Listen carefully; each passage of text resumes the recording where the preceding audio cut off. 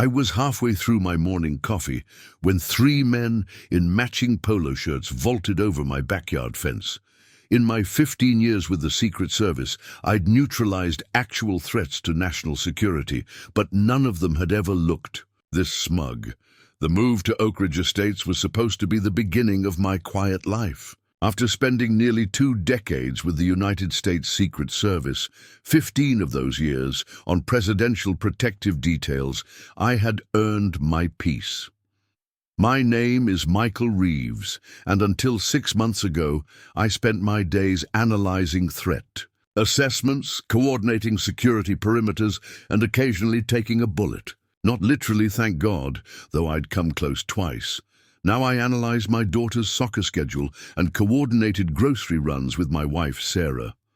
Life had become beautifully, wonderfully mundane. Our 6-year-old daughter, Emma, was thriving in her new school.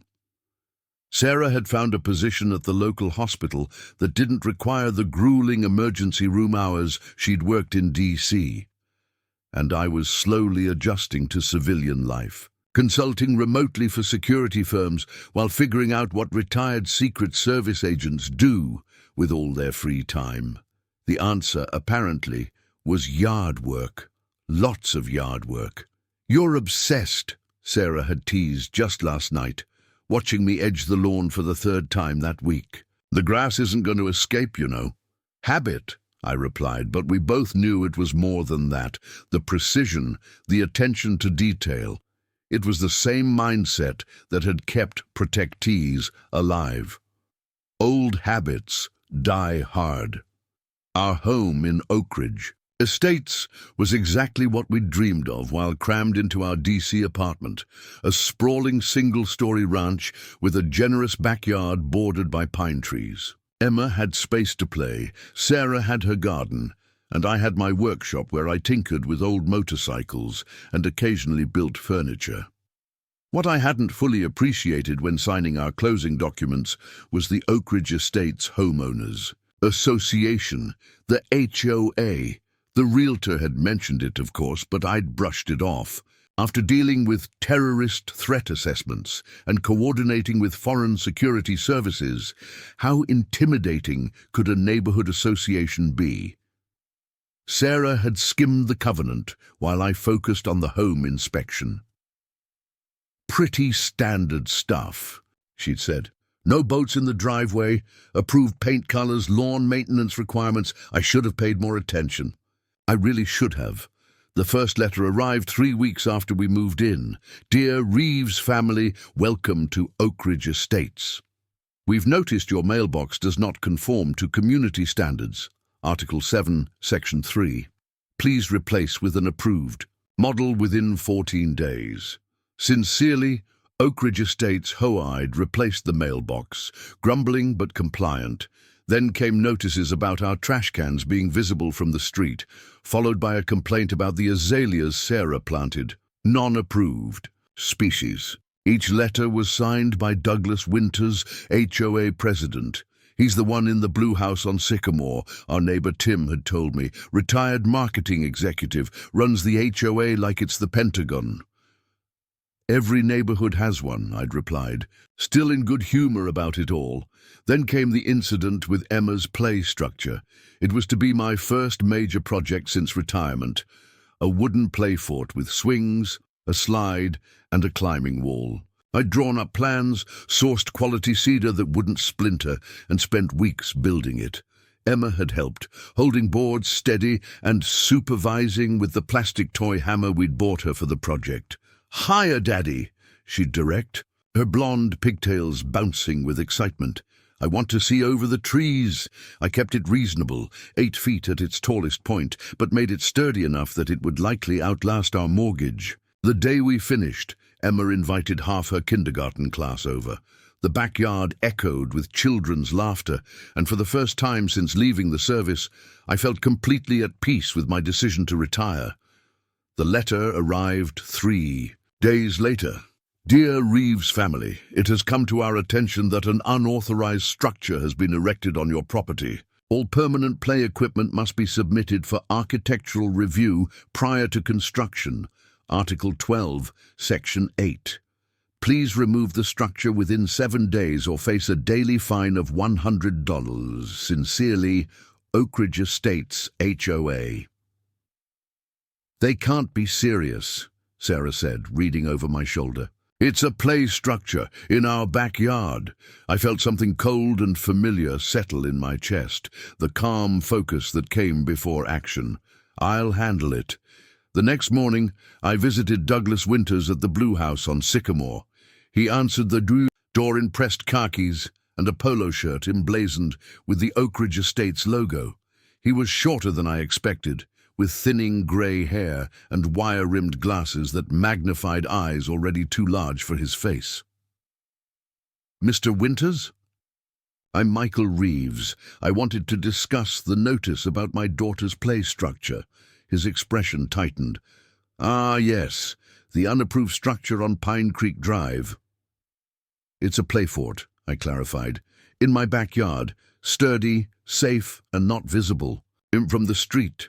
Nevertheless, Mr. Reeves, our covenants clearly state that all permanent structures require approval. Rules exist for a reason." I'd heard similar phrases from bureaucrats throughout my career. "I understand rules. I enforced federal laws for 20 years, but this is a children's play structure, not a security threat." His eyes narrowed at my tone. "Former law enforcement, are you? Then you should appreciate the importance of following procedure. Submit the proper forms, wait for review, and we'll see." "How long does review take?" "The committee meets monthly. Next meeting is in 3 weeks." I kept my face neutral, though I felt my jaw tightening. "And in the meantime, the structure should be disassembled." He smiled thinly. "Rules are rules, Mr. Reeves." I left without disassembling anything. Instead, I read every line of the HOA covenant, looking for loopholes. Sarah suggested capitulating. "It's not worth the fight, Mike." But I couldn't let it go. The play structure had become a symbol of our new life, and I was damned if I'd tear it down because some power-tripping retiree with a clipboard said. So I submitted the forms with architectural drawings, so detailed they could have been used for White House security planning. Then I waited, checking my mailbox daily for a response. What I got instead, exactly 1 week after my visit to Douglas Winters, were 3 men climbing over my back fence at 7:30 on a Saturday morning. The first sip of morning coffee is sacred. In retirement, I developed a ritual. Wake at 5 a.m. out of habit, check the house perimeter, also habit, then settle on the back porch with coffee and the sunrise. Sarah and Emma wouldn't be up for hours. These quiet moments were mine. So, when 3 figures appeared at my fence line, I noticed immediately. They weren't trying to be stealthy. The tallest one, a beefy guy in his 30s with a crew cut, placed a ladder against my 6-foot privacy fence. He climbed over first, followed by a wiry older man with a clipboard. The third man, who struggled a bit with the climb, was none other than Douglas Winters himself. I set down my coffee and watched. In my career, I'd learned the value of assessing before acting. These weren't burglars. Burglars don't wear matching polo shirts with HOA logos. They weren't immediate threats, unless clipboards had become deadly weapons since my retirement. They were, however, trespassing. I remained seated as they crossed my lawn, stopping 20 feet from the porch when they finally noticed me watching them. "Mr. Reeves!" Douglas recovered first, straightening his polo shirt. "Good morning." "Is it?" I took another sip of coffee. I don't generally consider uninvited guests climbing my fence to be the start of a good morning. The big one stepped forward. "We're conducting an inspection." Without notice? Without permission? By climbing my fence rather than ringing my doorbell? Each question was calm, measured. During presidential protective details, I'd learned to control my voice to avoid escalating situations. "We left notices," Douglas huffed. 3 of them. "In my mailbox. On your door." I nodded slowly. "I have security cameras, Mr. Winters. No one has approached my front door except delivery services in the past week." This was actually a bluff. I had plans for a security system but hadn't installed it yet. Old habits of information control die hard. Douglas's face flushed.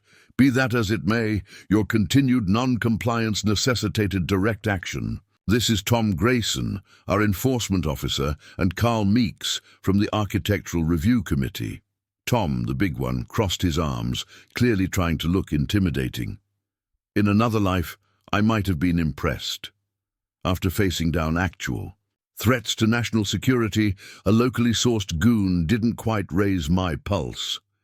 You're trespassing, I said simply. Leave now, through the gate like civilized people, and we can discuss this Monday through proper channels. Now see here, Douglas began, his voice rising. Article 18, Section 4 clearly grants the HOA right of inspection with reasonable notice, which you failed to provide, I interjected smoothly. And even if you had, that would give you the right to request an inspection, not to climb my fence, like cat burglars while my family sleeps. Tom took another step forward, entering what security professionals call the reaction zone, close enough that I'd have limited time to respond if he became aggressive. The structure needs to come down. Today, he said, patting a claw hammer hanging from his belt. We can do this the easy way or the hard way. I set my coffee down and stood. At 6'2", with the wiry build of someone who'd spent decades training, I had a few inches on Tom, despite his greater bulk. But it wasn't my height that made him step back. It was something in my eyes, something that comes from years of being the last line of defense against people who mean serious harm. Let me be perfectly clear, I said, my voice dropping to the quiet register I reserved for genuine threats. You are currently trespassing on private property. You entered unlawfully, and now you're making veiled threats of property destruction while carrying a weapon. It's just a hammer, Carl spoke for the first time, his voice wavering. In the context of his statement, it's a threat, I replied without looking away from Tom. I'm going to make this very simple. You will leave my property immediately. You will use the gate, which I will unlock for you. Any future communication will be in writing or by appointment with at least 24 hours' notice. If you ever again enter my property uninvited, I will press charges for criminal trespass. You can't, Douglas began. Additionally, I continued as if he hadn't spoken, if anything happens to my daughter's play structure, I will consider it vandalism and respond accordingly. Are we clear? Tom's aggressive posture had deflated, and he glanced uncertainly at Douglas, who was turning an interesting shade of purple. The HOA has rights, Douglas insisted, though he'd taken a small step backward. So do I replied. And unlike you, I have spent my career understanding exactly where those rights begin and end. I paused, then added, I spent 15 years in the Secret Service, Mr. Winters, Presidential Protective Detail. I've faced down actual threats to national security. This little intimidation routine isn't just ineffective, it's amateur hour. The change in their demeanor was immediate and satisfying. Carl actually took a full step back, clipboard clutched to his chest. Tom's eyes widened slightly, the universal tell of someone recalculating their odds. Only Douglas seemed unmoved, though his complexion suggested his blood pressure might be reaching concerning levels. Secret Service? Carl asked. Like protecting the president? I didn't answer, maintaining eye contact with Douglas instead. In a standoff, focus on the decision-maker. This changes nothing, Douglas finally said, though his voice had lost some of its conviction. The covenants still apply to everyone, regardless of their former employment. I never suggested otherwise. I'm simply informing you that your current approach, trespassing and intimidation, is both illegal and ineffective. I gestured toward the side gate. Now, would you like me to call the police, or would you prefer to leave on your own? Silence stretched for several seconds before Douglas nodded sharply to his companions. We'll document this obstruction, he said, his voice tight. The board will be notified of your refusal to comply. Document whatever you like, I replied. From outside my property line, I watched them shuffle toward the gate, which I unlocked with deliberate movements. As they filed past, Douglas paused. "This isn't over, Mr. Reeves," he said quietly. "Oakridge Estates has standards. No one is above the rules." I smiled thinly. "I couldn't agree more, Mr. Winters. Next time, try following them yourself." After they left, I locked the gate and returned to my coffee, now cold. The peaceful morning was ruined, but something else had taken its place, a familiar alertness, an awareness of potential threats that I hadn't fully engaged since retirement. Part of me had missed it. I was contemplating a fresh cup when the sliding door opened behind me. Sarah stood there in her robe, hair tousled from sleep. "Was someone here?" she asked. I thought I heard voices. I considered downplaying it, but decided against it. Sarah and I had been partners too long for that. Just the HOA conducting an unannounced inspection via my back fence. Her eyes widened. "They climbed the fence. Are you serious?" "Very." Led by Douglas Winters himself. She sat in the chair beside me, fully awake now. "Because of the play structure. Apparently they left notices we never received, and our continued non-compliance necessitated direct action." I mimicked Douglas's pompous tone. "What did you do?" "Asked them to leave." Firmly. Sarah studied my face. After 12 years of marriage, she'd learned to read the subtleties of my expressions, even the ones I'd trained myself to control. "You went into work mode, didn't you?" A small smile played at her lips, maybe a little. "Did you make the big one wet himself?" I chuckled. "Not quite. But I may have mentioned my previous employment." She groaned. "You played the Secret Service card?" "Only after he put his hand on his hammer and suggested they could do things the hard way." Sarah's amusement vanished. "He threatened you?" "Not competently." I took her hand. "Don't worry, they're just bureaucrats with delusions of authority. They left when asked, but they'll be back," she said. "It wasn't a question." I nodded. "Douglas isn't the type to let this go, but next time we'll be better prepared." "What are you thinking?" She knew that tone in my voice. "I'm thinking it's time I got to know our neighbors." I smiled. "And installed those security cameras I've been meaning to put up." Sarah squeezed my hand. "Just promise me you won't go full protective detail on this, Mike. It's an HOA dispute, not a national security threat." "Of course," I assured her, though a plan was already forming in my mind. Not a protective detail strategy exactly, but certainly drawing on some of the same skill sets: information gathering, perimeter security, and most importantly, understanding the opposition. Douglas Winters had just declared war over a child's play structure. He had no idea who he was dealing with. In the Secret Service, we lived by a simple principle: knowledge is power. Before any presidential visit, we would compile exhaustive dossiers on the location, possible approach vectors, local threat actors, and evacuation routes. The more you know, the better you can protect. I approached the HOA situation with the same methodical thoroughness. First, I needed reconnaissance. After breakfast with Sarah and Emma, chocolate chip pancakes, our Saturday tradition, I announced I was heading to the hardware store. "Security cameras," Sarah guessed, arching an eyebrow. "Among other things," I admitted. Emma looked up from her syrup-drowned pancakes. "Can I come, Daddy? I want to build something too." How could I refuse? 20 minutes later, Emma and I were walking the aisles of Home Depot. A pink plastic hard hat perched on her head, a gift from a previous visit. "What are we making today?" she asked, skipping alongside my cart. "We're setting up cameras to watch our house," I explained, "like the ones Mommy and Daddy have at work, but for our home." Emma considered this seriously. To keep bad guys away? I hesitated. I'd never frame our HOA troubles in terms Emma might find frightening. Not bad guys, sweetheart. Just to keep an eye on things. Like how I always check the doors at night. Because you used to protect the president, she said matter-of-factly. I smiled. Emma knew the basics of my former career, though I'd kept the details age-appropriate.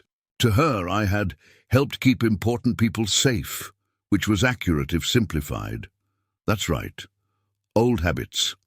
We collected a comprehensive security package, wireless cameras for all entry points, motion sensors, and a digital recorder. Then, at Emma's insistence, we detoured to the lumber section. For my castle, she explained, it needs a flag. By the time we returned home, I had supplies for both security and a flagpole addition to Emma's play structure, a concession to her Princess Castle vision that would also make the structure marginally taller, a petty but satisfying tweak to the ongoing HOA dispute. While Emma helped Sarah in the garden, I installed cameras with clear views of both the front and back. Approaches to our property. The system included motion alerts to my phone, a feature that would prove useful sooner than I expected. That evening, after Emma was asleep, Sarah found me at the kitchen table with my laptop open to the Oakridge Estates community website. Doing homework? She asked, setting a cup of tea beside me. Research, I corrected. Know your enemy. They're neighbors, Mike, not enemies. She pulled up a chair. What have you found? I turned the screen so she could see. The HOA board consists of 7 members. Douglas Winters has been president for 8 consecutive years. The board meets monthly, with the Architectural Review Committee meeting the week prior. Minutes are posted online. Sarah skimmed the most recent meeting minutes. Riveting stuff. 3 variances denied, 1 approved. Wait, is this about the Thompsons' vegetable garden? Apparently growing food in your backyard requires special permission, I said dryly. Keep reading. Her eyes widened. They fined the Garcia's $500 for unauthorized holiday decorations. In December, the lights exceeded the permitted time frame by 3 days, I confirmed. There's a pattern here. Douglas and 2 other board members, Elaine Phillips and Richard Kent, vote as a block. They've effectively controlled the HOA for years, and no one challenges them. Apathy is a powerful force. Most people don't want the hassle. I scrolled to another page. But approval ratings are interesting. Last election, only 28% of homeowners bothered to vote. Sarah sipped her tea thoughtfully. So a small, motivated group controls everything because everyone else is too busy to care. Exactly, and they've been steadily increasing both restrictions and fines. I showed her a chart I'd compiled. 5 years ago, the maximum fine was $50. Now it's up to $500, with the ability to place liens on properties for non-payment. That's concerning. It gets better, I continued. I made some calls this afternoon. Tim next door put me in touch with the Andersons from Maple Street. They've lived here for 15 years. Apparently there used to be a nice community feel, neighborhood barbecues, block parties. Then Douglas took over and it became all about enforcement. Sarah frowned. But why? What does he get out of it? Control primarily, but also money. I pulled up another document.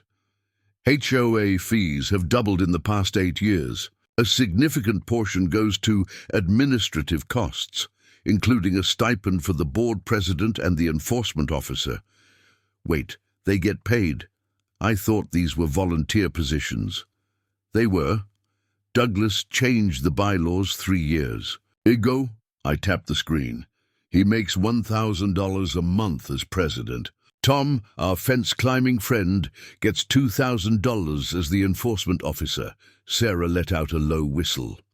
So they have financial incentive to keep the system going and to keep finding violations. There's a quota system buried in the enforcement guidelines. Minimum number of inspections per month, minimum amount of fines collected. Sarah leaned back, processing. So what's your plan? Please tell me you're not going to war with these people over a play structure. Not over a play structure, I corrected. Over principle. They trespassed on our property. They implied threats. And from what I've gathered, we're not the only ones they've bullied. Mike, I'm not going to do anything rash, I assured her, but I am going to attend Tuesday's board meeting, and I'm going to talk to more neighbors before then. Sarah studied me for a moment, then nodded slowly. Just remember, we have to live here. Emma's made friends. I like my job. We can't become the neighborhood pariahs. Trust me, I said, taking her hand. I've handled delicate diplomatic situations with foreign security services. I can handle a neighborhood HOA meeting without burning bridges, says the man who made our HOA president turn purple this morning. I grinned. That was just a preliminary assessment of adversary capabilities. She rolled her eyes but couldn't suppress her smile. Go to bed, secret agent man. Tomorrow's Sunday, and you promised Emma pancakes again. Yes, ma'am. I closed the laptop. Just one more thing to check. I pulled out my phone and checked the security app. All cameras showed clear feeds, no movement detected. Our property was secure, at least for now. At 3:17 a.m., my phone buzzed with an alert. I was instantly awake, another habit from years of being on call. The security app showed movement at our front door. I slipped out of bed without waking Sarah and moved silently to the front of the house, staying away from windows. On my phone screen, I watched a figure in dark clothing approach our door, place something against it, then hurry away. Not Douglas or Tom. This person was shorter, slighter. I waited until they were completely gone before checking the door. Taped to it was an official-looking envelope, Notice of Violation, printed in bold red letters. Rather than opening it immediately, I took it to my office and photographed it from several angles, documenting the time of delivery and the envelope's condition. Then I carefully opened it to find, as expected, another demand to remove Emma's play structure, this time with a 24-hour deadline and a threatened fine of $200 for each day of continued non-compliance. I checked the timestamp on the security. Footage, 3:14 a.m. They had delivered an HOA violation notice in the middle of the night, like cartoon villains.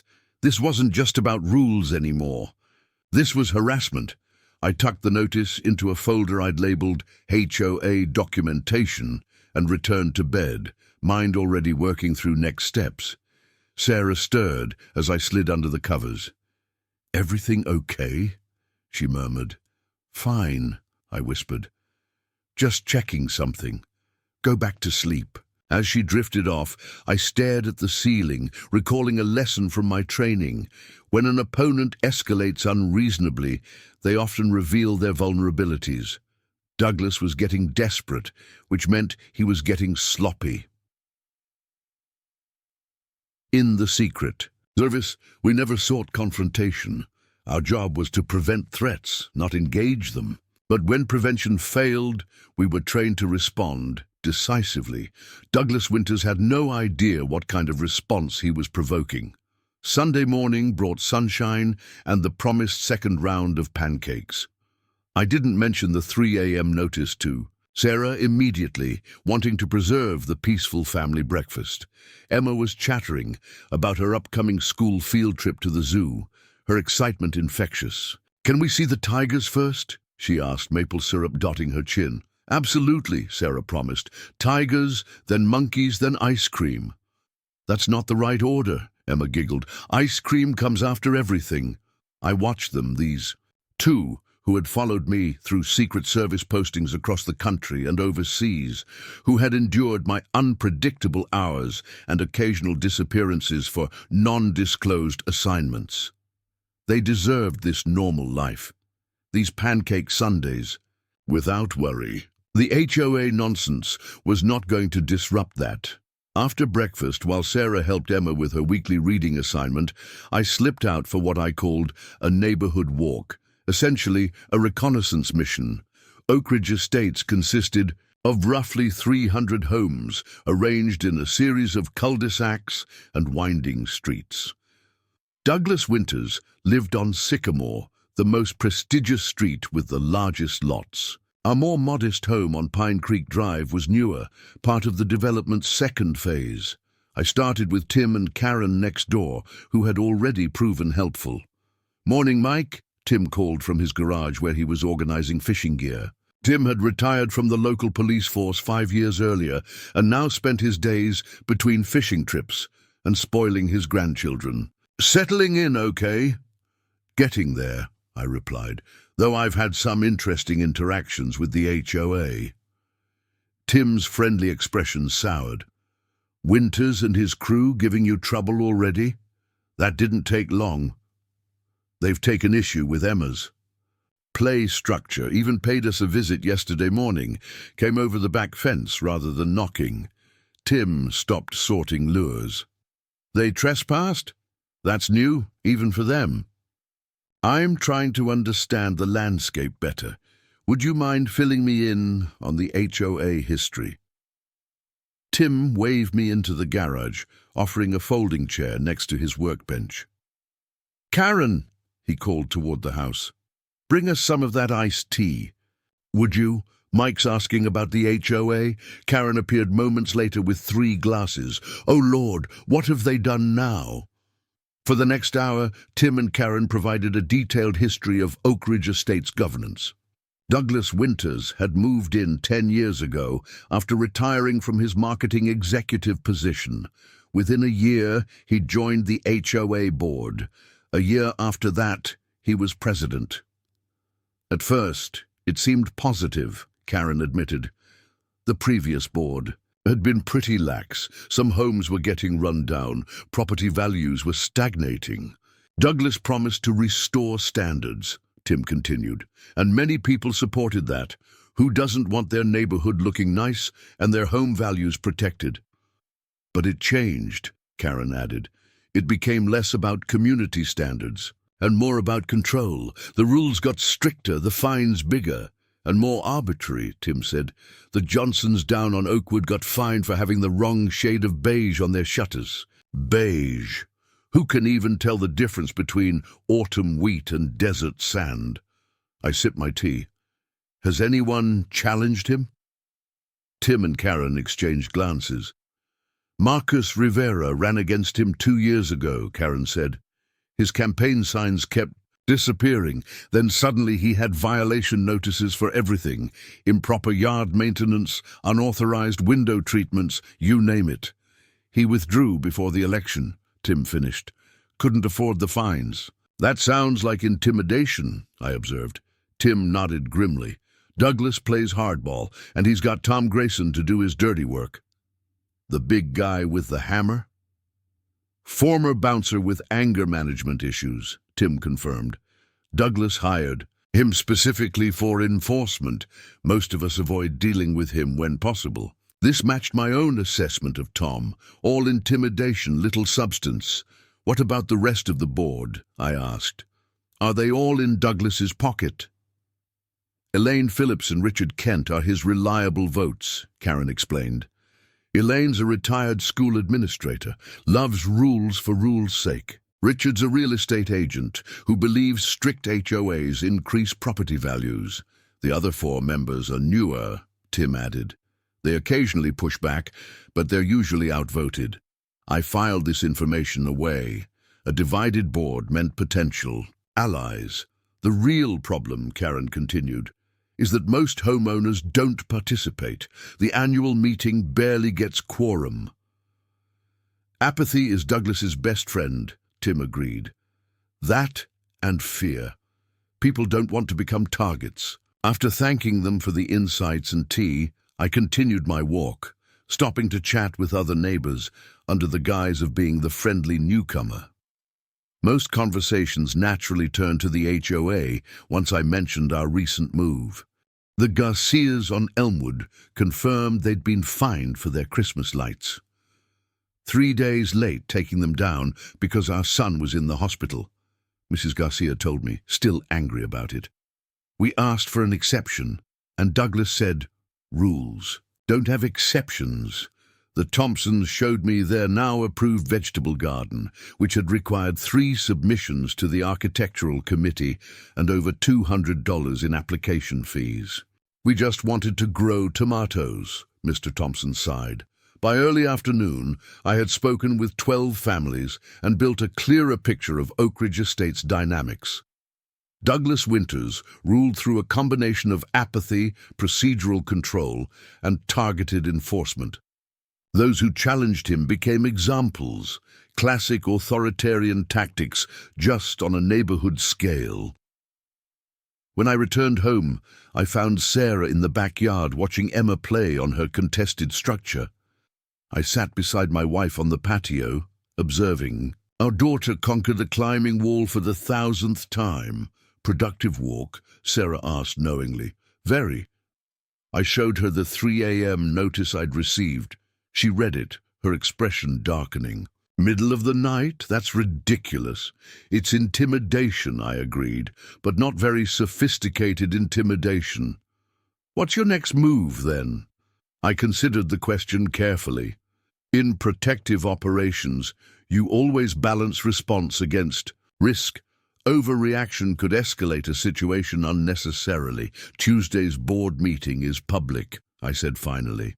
"I'll attend, raise our concerns formally, document everything. Meanwhile, I've identified potential allies among the other homeowners." Sarah nodded slowly. "Reasonable approach. Very professional. But I know that look, Mike. You're in operation mode. The last time I saw it was when that credible threat came in during the G7 summit. I couldn't deny it." "Old habits." "Just remember," she began. "This isn't national security," I finished. "I know." Sarah squeezed my hand. "Actually, I was going to say, remember, these are amateurs playing power games. You're trained to handle actual threats. Don't bring a tactical response to a neighborhood squabble." She was right, of course. My training had prepared me to handle genuine dangers to national security, not petty bureaucrats with clipboards. I needed to calibrate appropriately. "Fair. In point," I kissed her cheek. "I promise to use only my powers for good." She laughed. "And proportionally?" "And proportionally," I agreed. Emma called from the top of her play structure. "Daddy, watch me slide." I turned to watch her descend, her face pure joy. This simple wooden structure that had somehow become the centerpiece of a neighborhood power struggle. For her sake, I would resolve this reasonably and professionally, but as I documented the 3 a.m. notice for my growing file that evening, I couldn't help remembering Douglas's smug certainty, Tom's hand on his hammer, the intimidation tactics that had cowed an entire neighborhood. In the Secret Service, we had a saying, "Proper preparation prevents poor performance." By Tuesday's meeting, I would be very properly prepared indeed. Tuesday evening arrived clear and mild. I dressed purposefully in a navy blazer, white shirt and khakis, professional but not intimidating. No tactical clothing, nothing that screamed former federal agent. Sarah had suggested this approach, and as usual, her instincts were sound. "How do I look?" I asked, adjusting my collar in our bedroom mirror. "Like a reasonable, concerned homeowner," she approved. "Not like you're about to tackle someone to the ground." "That's only happened twice in my career," I protested mildly, "and both times were justified." She straightened my blazer. "Just remember, proportional response," I finished. "I know. The HOA meeting was held in the community clubhouse, a modest building near the neighborhood pool. I arrived 20 minutes early, another professional habit. It gave me time to observe the space and the arrival patterns. The meeting room contained rows of folding chairs facing a raised table where the board would sit. I chose a seat in the second row, central position, visible but not confrontational. Then I waited, nodding politely as other homeowners trickled in. I recognized many from my Sunday reconnaissance. The Tomps,